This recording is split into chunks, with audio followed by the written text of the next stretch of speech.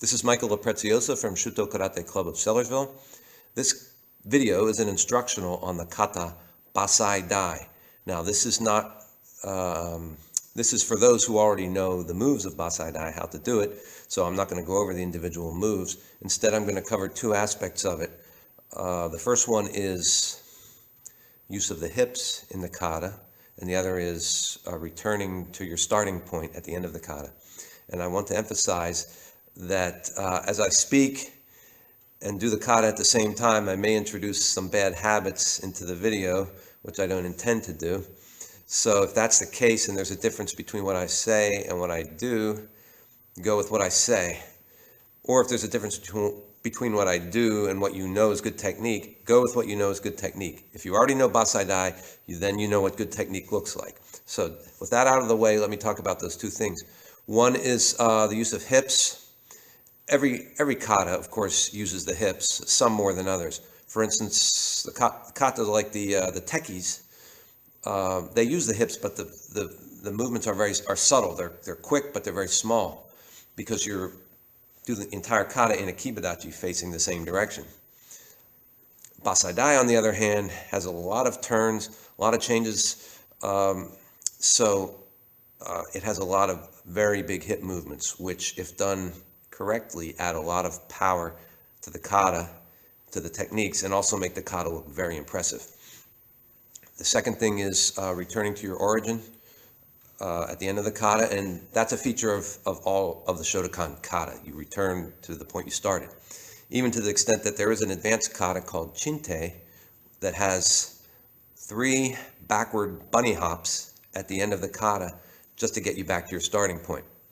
Now, Bassai Dai is not like that. There are no bunny hops in Bassai Dai, but it's interesting in that you spend a lot of time coming back to, as throughout the kata, as you're doing it, you come back to the starting point often, and you spend time there either with one or both feet, or you're on the line, the front to back line leading from the starting point. So it's a good way to track your progress, track how you're doing, literally keep on track. So let's get to it.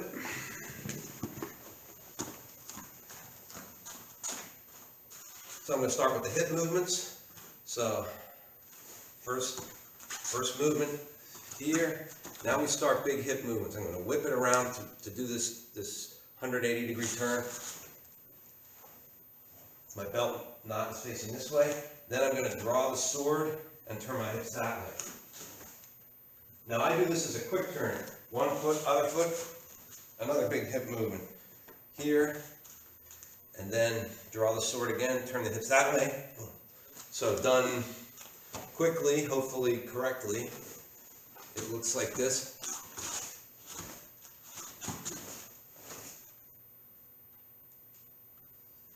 I want to say now, you should try to keep your, even while you're doing these big turns, these big hip movements, try to keep your stance good, all right? Hips this way, now draw the sword, hips are going to go that way. Back to here. First one is a hip vibration or hip shudder. And then that way. Back again, hip shudder. This way. So if that's done at speed, it's... Hopefully you saw my belt flopping around. That shows that your hips are moving.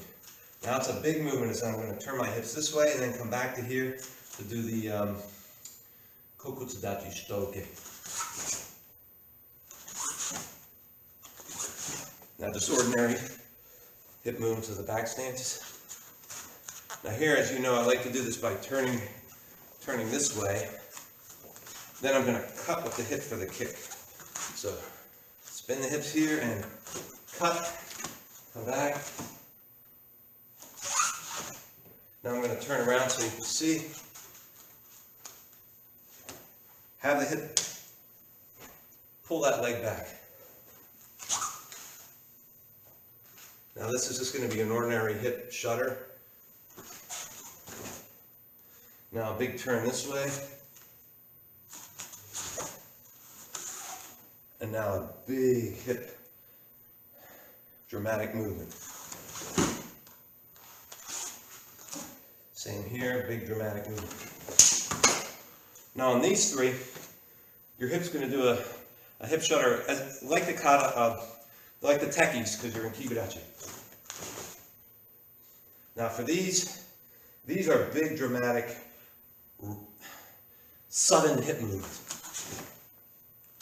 Pull it back, same thing, sudden. Back, sudden. Now go this way again. Big one. And now hips this way, goes to this way. Now it's just ordinary. Stoke. So like I said, when you do the whole kata that way, think about the hips driving these powerful techniques, and keep your stance. Don't let your stance collapse either by the knee or by lifting the heel too much. So that's your challenge for that aspect of Bassai Dai. Now the second part is keeping to the starting point. So here, now I'll do this move. My left foot is on the starting point.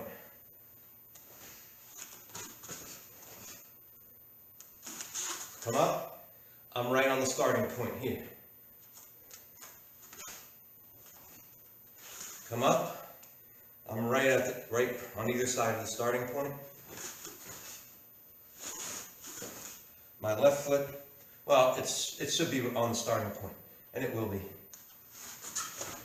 There it is, now it's on the starting point. So now I'm going right up the starting line, or right up the line from the starting point. Now here, left foot's on right over here, but when I do the kick, it's right on the starting, right above the starting line, and I'm right on the starting line.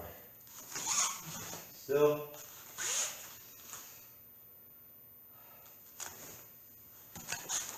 When I do this, my right foot is right next to the starting line. Now, right next to the starting point. Now both feet are on the starting point. Left foot is on the starting point. Left foot is still on the starting point. Both feet are on the starting point. Right foot's on the starting point. Both feet, left foot. Now here, now I'm behind the starting point. But guess what? As I do this stepping across into the back stance, as I step across, my left foot comes right to the starting point. Still there. Now my right foot goes to the starting point, and I come back, and I'm right there. So Bassai Dai is good for tracking your own progress in regard to if your stances are correct and everything, because you spend so much time, most of the kata, either on the starting point or on that line.